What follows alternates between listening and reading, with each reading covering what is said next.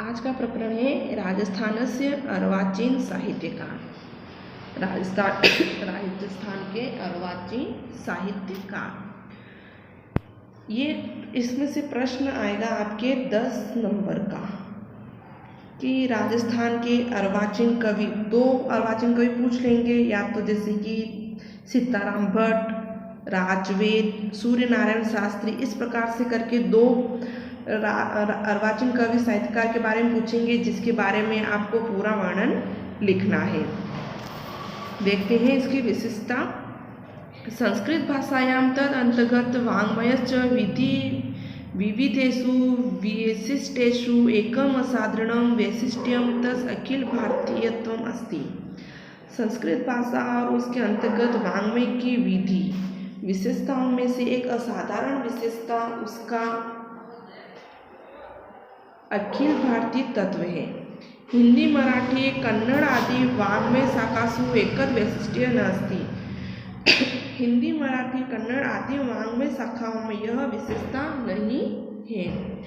अखिल भारतीय दृष्टया तत्सम तद्गुण समृद्ध अपि प्रादेशिक वाङ्मय वक्तुं युज्यते। अतः अखिल भारतीय उन सभी गुणों से युक्त वे सारे वाङ्मय भी प्रादेशिक वाङ्मय कहे जा सकते हैं। परंतु संस्कृत वाङ्मयस्य इतिहासे प्राचीन कालात् प्रारम्भ इदानीं यावत् विविध प्रदेश वास्तव्यां महाकविनां दार्शनिकानां भारतीय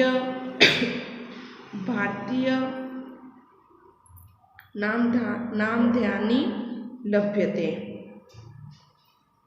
लेकिन संस्कृत वाङ्मय के इतिहास में प्राचीन काल से लेकर इस समय तक विविध प्रदेशवासियों, महाकवियों, दार्शनिकों, भाषा, टीका आदि करने वालों के बहुत से नाम मिलते हैं।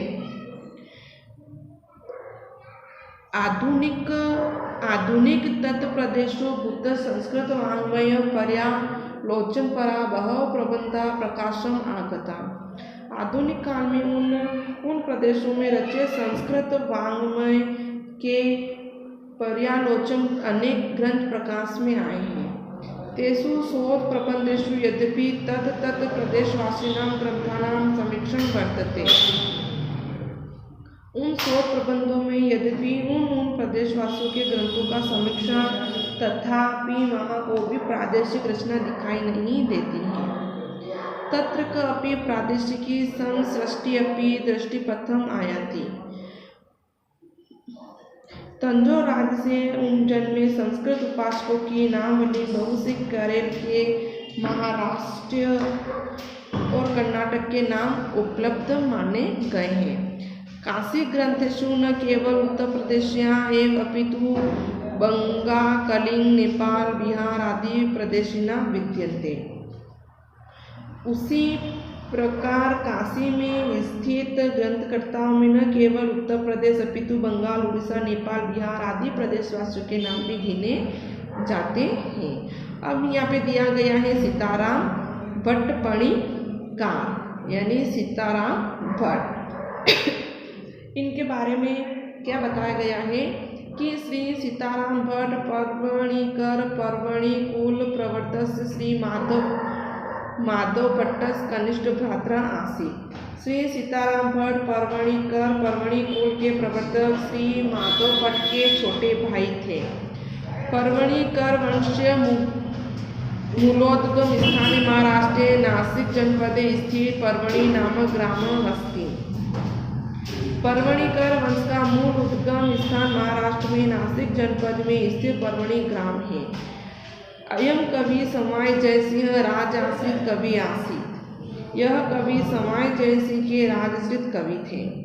इतिहासे जयसिंह शासनकाल 1818 ईस्वी 1834 ईस्वी पर्यंत आसीत्। इतिहास में जयसिंह का शासनकाल 1818 से 1834 ईस्वी तक था। अतः सीताराम भट्ट पर्वणिकर स्थित 19वीं शताब्दी पूर्वादे आसीत्। इसलिए सीताराम भट्ट पर्वणिकर की स्थिति 19वीं शताब्दी के पूर्वार्ध में मानी गई थी। और यह कवि एक महान काव्यकार थे। इनके रचित महाकाव्य ईश्वर विलास। प्रश्न आएगा कि सीताराम भट्टस्य महाकाव्य सुप्रसिद्ध किम अस्ति, यानी कि सीताराम भट्ट द्वारा रचित महाकाव्यों में महाकाव्य कौन सा प्रसिद्ध है? तो क्या लिखोगे? ईश्वर विलास। 1 नंबर के प्रश्न में पूछा जाता है। या फिर पूछेंगे ईश्वर विलास महाकाव्य किसकी रचयिता है? तो क्या लिखना है? सीताराम भट्ट पर्वणिकार की है।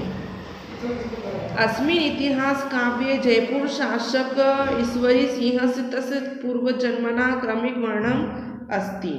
ये कवि एक महान काव्यकार थे। जो ऐतिहासिक काव्य में जयपुर के शासक ईश्वर सिंह द्वारा पूर्वजों का क्रम से वर्णन है। इदम काव्य 14 सर्गे निबद्ध है। यह काव्य 14 सर्गों में निबद्ध है। अस्य अंगिरस वीरस अस्ति, और इसका अंगिरस वीर रस है।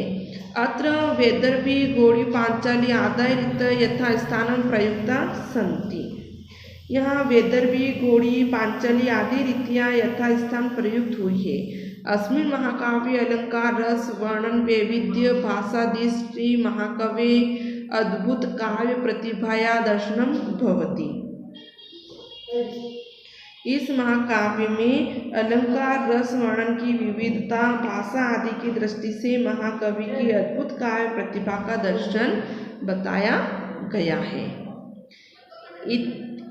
एतदतिरिक्त अन्येषु महाकाव्येषु जयवंश नवविलास नटविलास राघवचरी लघु काव्य आदय काव्य ग्रंथा प्रमुखा सन्ति। इसके अतिरिक्त अनेक अन्य महाकाव्यों में जयवंश नवविलास नृपविलास राघवचरित लघु काव्य आदि काव्य ग्रंथ प्रमुख हैं। एतेषां महाकाव्योपरि राजस्थान विश्वविद्यालय न एक शोध कार्याणि संपादितानि। इन महाकाव्यों पर राजस्थान विश्वविद्यालय में अनेक शोध कार्य संपादित हुए हैं। अब जैसे ये था सीताराम भट्ट, इस प्रकार से जो इनकी रचना थी इन्होंने क्या क्या कार्य किया था, इनका जन्म कहाँ हुआ था, कौन सा रस था, इस प्रकार से इसमें जो विशेषता बताई थी वो हमने देखी है। अब अगला आता है राजवेद श्री कृष्ण राम भट्ट नंबर 2। इनके बारे में बताया गया है कि श्री कृष्ण राम भट्ट विरचित प्रसिद्ध महाकाव्य कच्छप वंश महाकाव्य अस्ति, यानी कि इस द्वारा रचित प्रसिद्ध महाकाव्य कच्छप वंश महाकाव्य है। अयम कवि जयपुर नरेश राजवेद श्री कुंद राम भट्ट ज्येष्ठ पुत्र आसीत्। यह कवि जयपुर नरेश के राजवेद श्री मुकुंद राम भट्ट के बड़े पुत्र थे। भवत जन्म राजस्थान से राजधानी जयपुर 1905 विक्रम संवत्सरे श्री कृष्ण जन्माष्टमी तिथौ अभवत। इनका जन्म राजस्थान की राजधानी जयपुर में 1905 विक्रम संवत श्री कृष्ण जन्माष्टमी तिथि में हुआ। भगवान जीवनाथ ओझा महाभागा चंदनदास स्वामीन शिक्षा प्राप्तवान। अपने जीवननाथ ओझा महानुभव से और चंदनदास स्वामी से इन्होंने शिक्षा प्राप्त की। अस्य उल्लेख कविना जयपुर विलासे स्वकाव्ये कृतम। इसका उल्लेख कवि ने अपने काव्य जयपुर विलास में किया। आगे श्री राम भट्ट कृष्ण राम भट्ट जयपुर स्थित महाराजा संस्कृत महाविद्यालय आयुर्वेद व्याख्या आसीत्। श्री कृष्ण राम भट्ट जयपुर स्थित महाराजा संस्कृत महाविद्यालय में आयुर्वेद के व्याख्याता थे। भवत 1954 ईस्वी वर्षे स्वर्ग लाभ जात। आपका 1954 ईस्वी वर्ष में स्वर्गवास हुआ।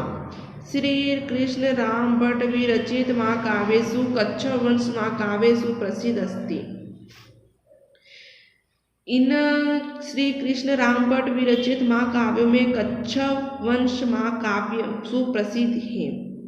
जयपुर कछवाहा वंश शासक जीवन चरित 11-19 सर्गेषु वर्णित। जयपुर कछवाहा वंश शासक के जीवन चरित में 19 सर्गों को रचा गया है। अस्य भाषा ललित प्रयोगः पांडित्य प्रशंसनीय अस्ति। इसका भाषा लालित्य पद प्रयोग और पांडित्य पर्याप्त प्रशंसनीय है। जयपुर विलास अनेन कविना सुरविचित रमणीय खंड काव्य अस्ति। जयपुर विलास इस कवि द्वारा रचित सुंदर खंड काव्य है। इदम खंड काव्य 5 सर्गेषु विभक्त अस्ति। यह खंड काव्य 5 सर्गों में विभक्त है। जयपुरस्य तत्कालिक स्थिति चित्रणम अस्ति। जयपुर की तत्कालीन स्थिति का चित्रण है। अस्य काव्यस्य कलापक्ष अत्युत्तम समृद्ध च अस्ति।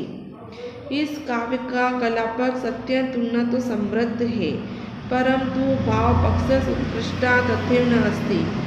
परंतु भावपक्ष उतना उत्कृष्ट नहीं है। तथापि अस्य काव्यस्य भाषा शैली सरला सरसा हृदयग्राह्या च अस्ति। फिर भी इस काव्य की भाषा शैली सरल सरस हृदयग्राह्य है। भाषायां स्वाभाविक प्राय वैदर्भीरीते विशुद्ध रूपेण प्रयोग च कृतम् अत्र। भाषा में स्वाभाविक प्रयोग और वैदर्भी रीति का शुद्ध रूप प्रयोग किया गया है। इसमें यमक अलंकार का प्रयोग किया गया है। अत्र यमक अलंकारेण सह अनुज अनुप्रास माधुर्य अपि चिंताकर्ष रूपेण दृश्यते। यहाँ यमक अलंकार के साथ अनुप्रास अन्य माधुर्य भी चित्ताकर्षण रूप दिखाया गया है। छंद योजना अभी कवि हिंद दोहा छंद प्रभावित दृश्यते। छंद योजना में यह कवि हिंदी के दोहा छंद से प्रभावित दिखाई देती है। इस प्रकार से ये जो श्री सीताराम भट्ट और श्री कृष्ण राम भट्ट दोनों का यहाँ पे परिचय दिया है। अब यहाँ पे जो आपको किस प्रकार से क्या याद करना है वो मैं आपको स्क्रीनशॉट के माध्यम से आपको ग्रुप में सेंड कर दूंगी, तो वो आप अच्छे से याद कर लेना। जो इम्पोर्टेंट है वही मैं आपको सेंड करूंगी। प्रश्न किस प्रकार से आपका है और क्या पूछते हैं उसके माध्यम से आपको बहुत अच्छे से याद करना है। और ये आएगा आपके 10 नंबर का, और इसमें से ही 1-1 नंबर के भी प्रश्न आपसे पूछे जाएंगे। बहुत अच्छे से आपको ये याद करना है। धन्यवाद।